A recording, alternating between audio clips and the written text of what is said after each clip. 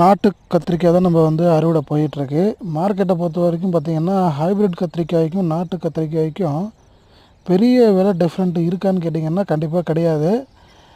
பார்த்திங்கன்னா இதே கத்திரிக்காயும் பார்த்திங்கன்னா 450, 400 தான் போகுது.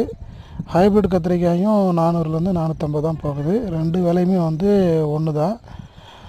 இதில் வந்து பிடிச்ச விஷயம் என்னென்னு பார்த்திங்கன்னா, நாட்டு கத்திரிக்காயை அடுக்கும்போது காய் எவ்வளோ அடுக்குனாலும் ஏறிக்கிட்டே இருக்குங்க. காரணம் என்னென்னு பார்த்திங்கன்னா, காம்பும் காயோடைய இந்த சைஸு தான். ஓகேங்களா, சைஸாக நீட்டாக இருக்கிறதுனால அதிகமாக வந்து அடங்கிட்டே இருக்கும். இதே ஹைப்ரிட் கத்திரிக்காய் எடுத்துக்கிட்டிங்கன்னா குண்டாக இருக்கும், காம்பும் வந்து சின்னதாக இருக்கும்.